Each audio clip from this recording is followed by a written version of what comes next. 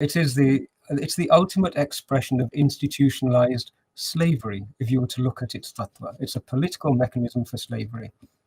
When you look at it from that point of view, I'm going to broaden the definition. What the European Christian West applied to the global South was fascism.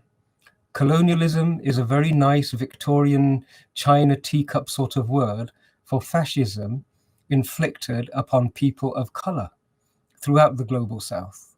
So, let's spell that out. The British Empire was a fascist empire from the perspective of those who were enslaved by it. And you can see this in many of the actions and many of the remarks, comments that history has recorded, which have come down to us from the royal family. We all know Edward was very closely tied with the Nazis, that he believed in white supremacy.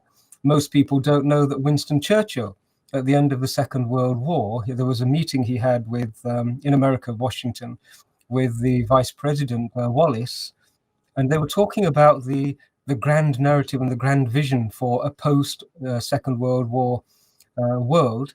And Churchill's remark, and it's recorded, was it has to maintain white supremacy, which is an entirely fascist statement. Most people don't associate Churchill with fascism. And yet, when we consider he was also probably the first European leader to sanction the use of chemical weapons against civilian populations, that's the sort of action of a fascist. If we consider what history has recorded about the way in which the British challenged the Greek people during the revolution, British soldiers used to behead Greek citizens and put their heads onto poles and display them. And when they were challenged on it, they said, well, this is what they are used to and what they expect. And that was under Churchill's watch. That sounds to me like the actions of a fascist. Was Churchill a fascist? Well, let's see what history actually records. Now that the history books which were created by those governments who we're saying need to be scrutinized, those history books are being rewritten by other records, normally records from those who suffered at their hands, which I would suggest are more reliable than the ones of perpetrators.